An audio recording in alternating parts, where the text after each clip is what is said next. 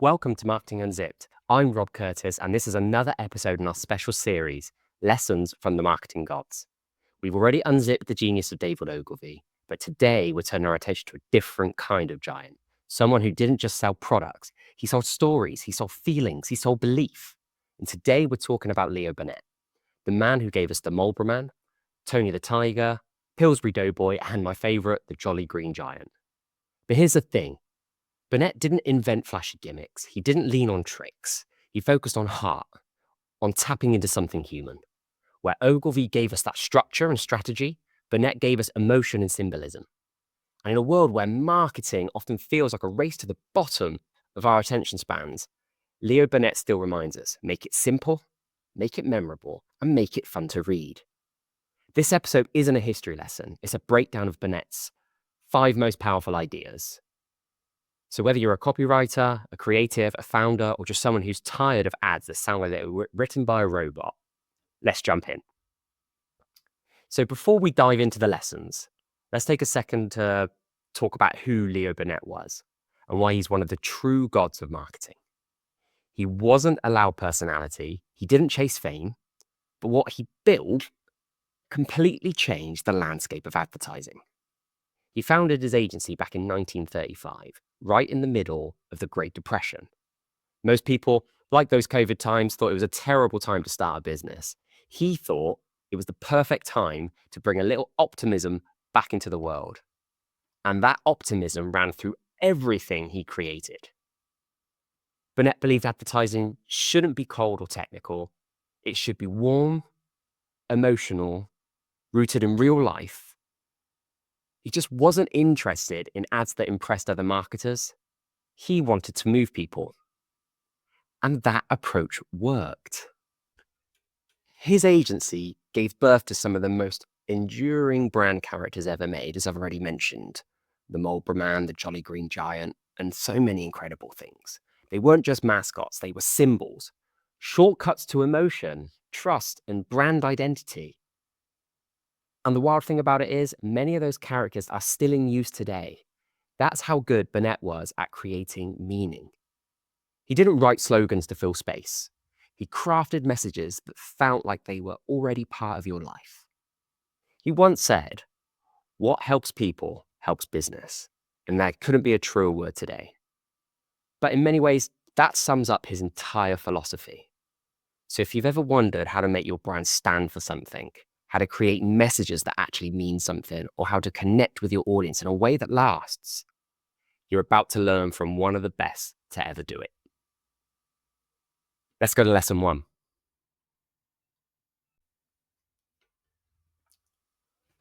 The first lesson from Leo Burnett is simple but bold. Start with emotion, not logic. And the quote that captures this best from him himself: when you reach for the stars, you may not quite get one, but you won't come up with a handful of mud either. That's classic Burnett. Poetic, hopeful, and sharply strategic all at once. See, Burnett didn't believe in playing it safe. He believed that great advertising should aim high, emotionally speaking. You weren't just selling a product, you were making someone feel something aspirational, something real. So let's just unpack that. So most marketing today, especially in tech or B2B, is obsessed with being rational. Save time, increase ROI, automate workflows. You know the drill. And sure, logic matters. But the emotion, that's what actually drives those decisions. Burnett knew the decades before the research backed it up, and he built campaigns around it entirely. Think about the Marlboro Man. It wasn't about tobacco. It was about freedom, ruggedness, independence. He wasn't selling cigarettes. He was selling a lifestyle. So let's bring that forward a little bit. If you're selling fitness coaching, don't lead with customized programs and macronutrient tracking. Lead with confidence, lead with belonging, lead with finally liking what you see in the mirror. If you're selling B2B software, it's not just dashboards and integrations. It's about relief, control, finally feeling on top of things. Burnett understood that beneath every product is a human need, a tension, a desire, a story waiting to be told. And here's how you can apply it. Before you go and write a single line of copy for your website, for your socials, whatever it is, ask yourself, what does this product help someone feel? What pain does it relieve? What belief does it reinforce? Start there, write that. Then support it with logic, not the other way around. Because if you start with stats, you might convince them. But if you start with emotion, you might actually move them. And that is what turns messaging into momentum. Lesson number 2 is one that modern marketers desperately need to revisit. Make it simple, make it memorable, make it inviting to look at, make it fun to read. Burnett didn't hide behind cleverness. He didn't try to outwit the audience. He believed the product itself, when positioned truthfully and creatively, could be the hero of the story. Now that might sound so obvious, but let's be honest, a lot of marketing today makes the product feel like a side character. We drop it into brand buzzwords, we wrap it in vague mission statements. We try so hard to be different that we forget to communicate. But Burnett had a totally different mindset. He believed that the product had an honest emotional center, and if you could find that, you didn't need tricks, you just need to express it clearly. So with the Pillsbury ads, he didn't try to write gourmet poetry about flour. He gave us the Pillsbury Doughboy, a soft, warm, lovable symbol of baking that was fun, inviting, and memorable. The product wasn't flashy, but the way he positioned it was iconic. So how do you apply this? Simply look at your product with fresh eyes. Ask, what does this actually do for people? What's the transformation it creates, not just functionally, but emotionally? And then translate that into a story. Don't say, our app has AI-powered time tracking. You can say, finally finished work before dinner without the guilt. Don't say, we offer custom wardrobes. Say, we turn cluttered bedrooms into calm spaces with wardrobes built for real lives. Can you see the difference? Because Burnett didn't need fireworks. He gave the product a spotlight and told a story about why it matters. And that's the next challenge for your brand. You just don't want to write ads. Build characters. Don't describe the product. Celebrate it. Because when your product becomes the hero, your customer sees themselves in the story. And that's what makes it stick. And this next lesson is pure brilliance. And it's one of the reasons this work became iconic instead of just effective. And the secret of all effective originality in advertising is not the creation of new and tricky words and pictures, but one of putting familiar words and pictures into new relationships. What Burnett's talking about here is symbolism. Talking something we already know, already feel something about, and recontextualizing that in a way that connects. And he did this better than anybody. He didn't just write ads, he created characters. He made the intangible feel familiar. And I talk about that so much with all our clients. It's how we make these elements tangible. Because if you think about it, Tony the Tiger wasn't just a cartoon. He was a childhood energy. The Jolly Green Giant wasn't just a mascot. He represented freshness and strength. The Marlboro Man, he wasn't a smoker. He was independence, masculinity, freedom, all in one iconic silhouette. These weren't just branding exercises. They were shortcuts to meaning. Because humans are wired to think in symbols, we respond faster to characters, archetypes, emotional triggers than we do to data points or technical specs. So how do we do that today? Let's say you run a productivity app. You could talk about integrations, automation, saving 5 hours a week. Or you could position your app as a personal assistant for people who hate chaos. Now it becomes a symbol, not just a tool. Or let's say you run a nutrition coaching service. Don't lead with custom macros and science-based plans. Paint the picture. We help people feel strong at 7 a.m. and still have room for a croissant. You're creating an image, not just a pitch. And Burnett's approach wasn't about inventing new meaning. It was about connecting emotional truths to your brand in a way that sticks. So here's your test. What image represents your product's biggest benefit? What emotional archetype fits your customers' aspirations? And can you give your brand a symbol, a shortcut that instantly conveys what you stand for? Because in a world that scrolls fast and fast and fast, and they forget even faster, symbols are your secret weapon. They're not gimmicks, they're anchors. And Burnett mastered them like no one else.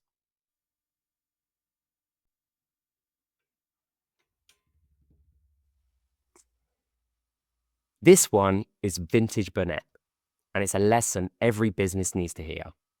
There is no such thing as a dull product, only dull advertising. And let that sink in for a second, please. Because Burnett believed that every product has a story. Canned vegetables, soap, cereal. The challenge isn't whether your product is exciting, it's whether you can find the inherent drama inside of it. Drama doesn't mean exaggeration, it means tension, it means meaning. It means that this product helps someone overcome, become, or protect. So let's take a really boring example and turn it Burnett style. So you sell, I call them lunchbox containers. That sounds dull, right? But look again. These containers might mean a mum finally regains control of a chaotic kitchen. A small business owner gets their workspace in order and finally feels professional. A kid finds joy in packing their lunch because everything's in place. Suddenly, it's not plastic and lids, it's freedom, it's calm, it's confidence. And that's the drama. Because Burnett did this constantly. He took small products and made them feel symbolically large. Not because he exaggerated, but because he understood the human truth behind them. And this is a lesson every business needs, especially those unsexy industries. You're not just cleaning company. You give people peace of mind. You're not just selling tires. You're keeping families safe at 17 miles an hour. You're not just an accounting firm. You're the reason a founder can finally sleep through the night. So your challenge, what's the most dramatic truth hidden in what you sell? Not what it is, not what it does, but what it means. And again, that's where the story is. And that's what your customer cares about. And that, in Burnett's eyes, is what makes your brand unforgettable. The final lesson is a quiet one, but maybe the most powerful. Leo Burnett was a creative icon, of course, but he wasn't interested in style over substance. He cared about truth, he cared about tone, and he cared about sincerity. And this quote from him sums it up beautifully. To swear off making mistakes is very easy. All you have to do is swear off having ideas. And what he's really saying is, don't chase perfection, chase honesty. If you're afraid to sound human, you'll never sound trustworthy. And if your marketing is all polish and no personality, it's gonna feel like every other brand out there. And Burnett built his agency on real, unpolished insight. He believed that advertising worked best when it sounded like one human talking to another, not like a boardroom writing for a billboard. And that, honestly, couldn't be more relevant today. So much content sounds like it was AI generated. Everything's seamless, frictionless, empowering, with tons of M dashes and in this digital age. But none of it means anything. Burnett would have hated this times. He believed in speaking plainly, but with purpose, saying things people actually feel, writing like someone who listens before they talk. So how do you apply that? Start with tone. If your landing page sounds like it's trying too hard, rewrite it like an email to a friend. If your about page reads like a corporate handbook, tell me why you started this business. And if your emails, they're full of buzzwords, strip them out and just speak like a real person. Because sincerity doesn't mean being soft. It means being direct, thoughtful, and genuinely real. And Burnett wasn't afraid to admit what a product could do, because that made the promise of what it could do even more believable. So when you're writing your next piece of copy, ask yourself this. If I had 10 seconds to explain this to someone I actually cared about, how would I say it? Because in a world full of all this noise, sincerity is disarming. And when people feel like they're hearing the truth, they'll lean in. And Burnett understood that. And that's why his work didn't just sell, it stuck. So what do we take here from Leo? He wasn't loud. He wasn't flashy. He wasn't chasing clever headlines or trying to go viral. He built stories, he built symbols, and he built brands with a genuine soul and purpose. And Burnett understood that great marketing doesn't start with the product, it starts with people, what they feel, what they value, what they want to become. And when you get that right, everything else, the copy, the visuals, all the campaigns, it becomes so much easier. So let's recap his 5 biggest lessons. Number 1, lead with emotion, not logic, because feelings drive this action. Number 2, make the product the hero, position it truthfully and let it shine. And number 3, use symbolism to cut through the noise. Icons stick where words fade. And number 4, find the drama, even in the simplest things. There's the human story. And number 5, speak with sincerity, not polish, not perfection, just truth. Tell it well. Here's my one ask. If this episode got you thinking differently about your messaging, your tone, your storytelling, could you share it with one person who hasn't heard Marketing Unzipped yet? This is going to help the series grow. Not through algorithms, not through ads, but actually through you. One friend, a colleague, a client who could use a bit of Burnett in their business. Thanks for listening. I'm Rob Curtis, and I'll catch you in the next episode of Marketing Unzipped.